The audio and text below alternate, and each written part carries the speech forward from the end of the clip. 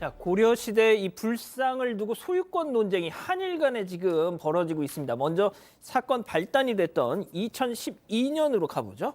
네, 한국의 문화재 전문 절도범들이 이 대마도에서 불상 2점 등을 훔쳐서 국내에 반입하다 적발된 사건인데요.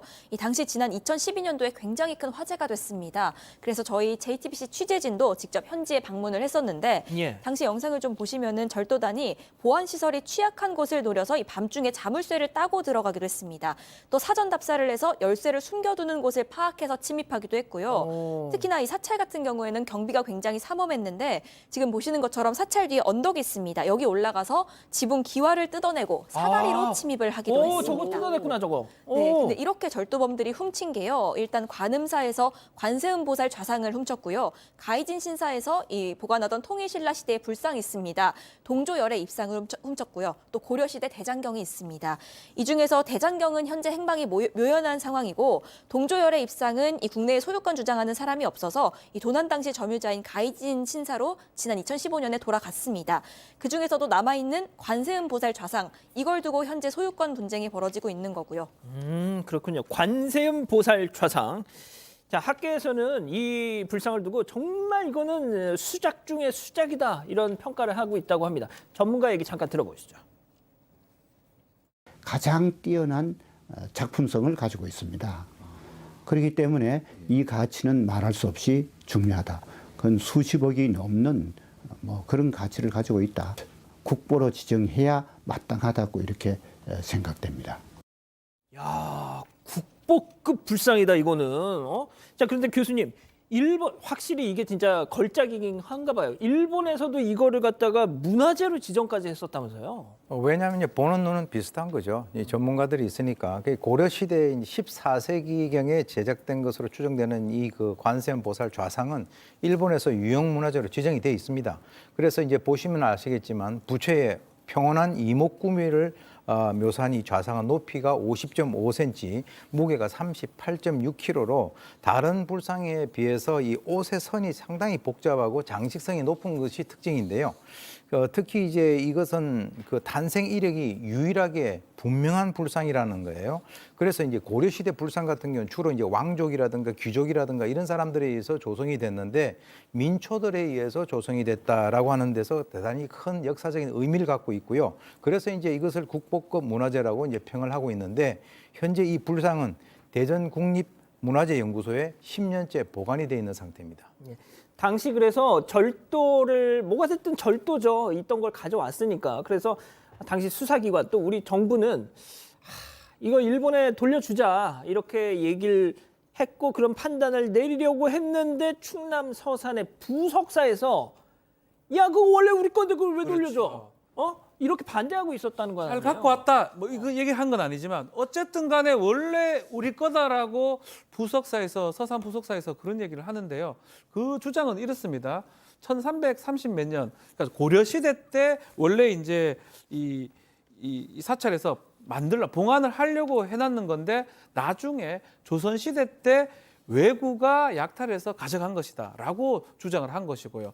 반대로 일본의 지금 관론지라고 관음사에서는 다르게 좀 얘기를 하고 있습니다.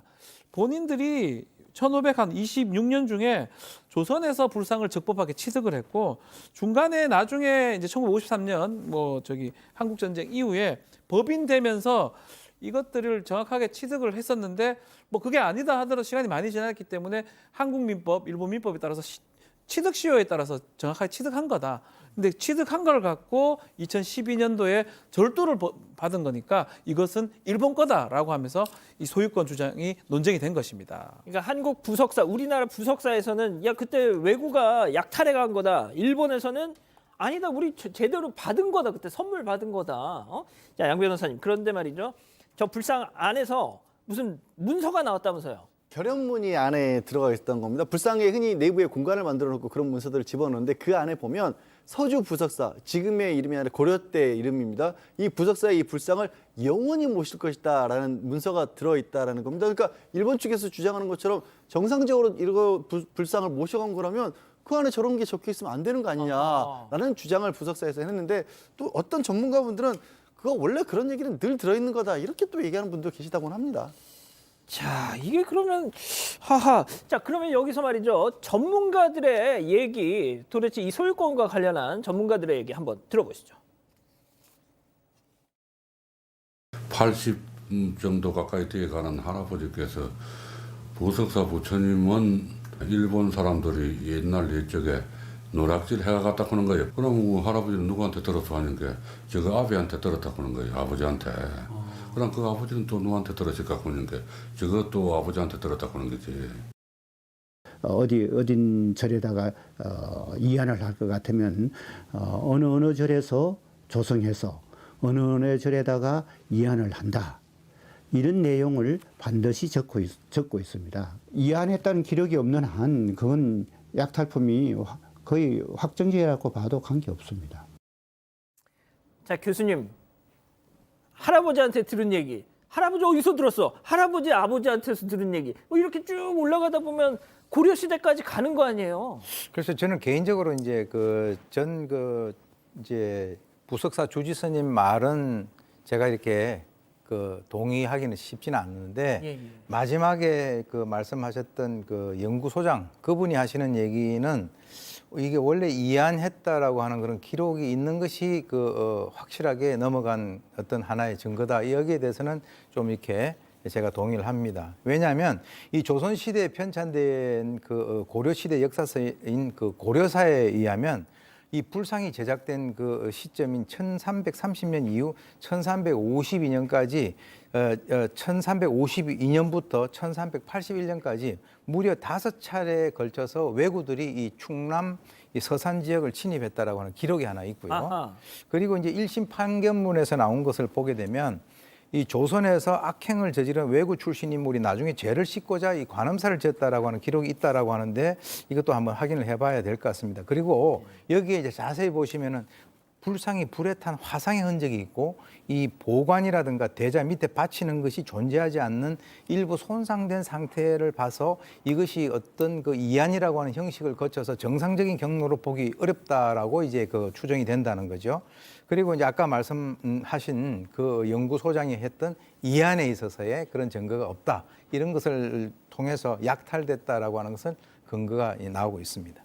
자, 1심이 있었어요. 이게 뭐 우리 거다 아니면 돌려줘야 된다. 1심 재판이 한참 전에 있었잖아요. 네, 1심은요 외구 약탈이었다 인정했습니다. 그러니까 우리 거라는 거죠.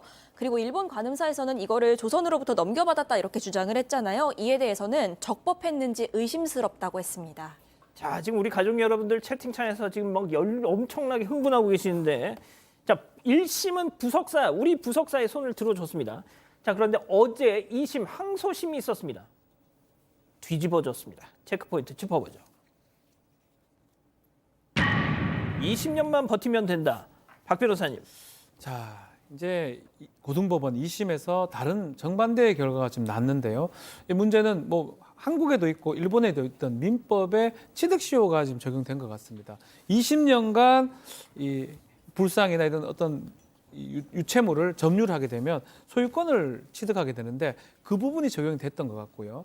20년간 1953년 이후에 점유를 했기 때문에 취득시효가 완성됐다 그러고 이제 문제는 불법적으로 가져갔나 이 부분을 좀 이제 확인을 했는데 이 고려시대 부석사에서 이 불상을 만들고 보존했다는 건 그 부분은 인정했습니다. 그렇지만 지금 부석사하고 고려시대 부석사가 같은 종교단체로 보기는 어렵다. 연결이 돼 있다고 보긴 어렵기 때문에 그렇다면 취득시효를 일본 민법을 통해서 취득시효를 적용해서 일본 소유라고 봐야 될 것 같고 결국 부석사 측에서는 상고를 하겠다고 밝혔고요. 일본에서는 좀 빨리 좀 돌려주면 안 되겠냐라고 한 그런 상황입니다.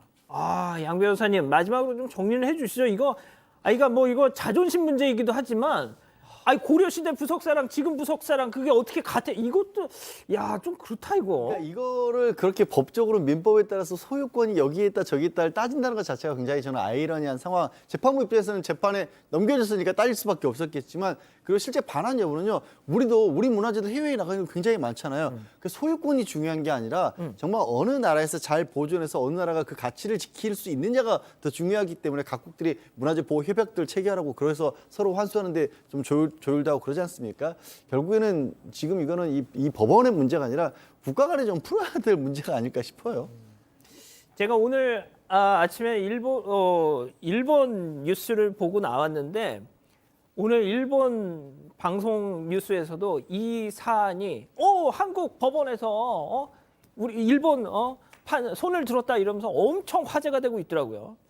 알겠습니다. 뭐 대법원 판단까지 남았으니까요. 계속 좀 지켜보기로 하죠. 아직 안 끝났습니다. 이거 눌러주세요.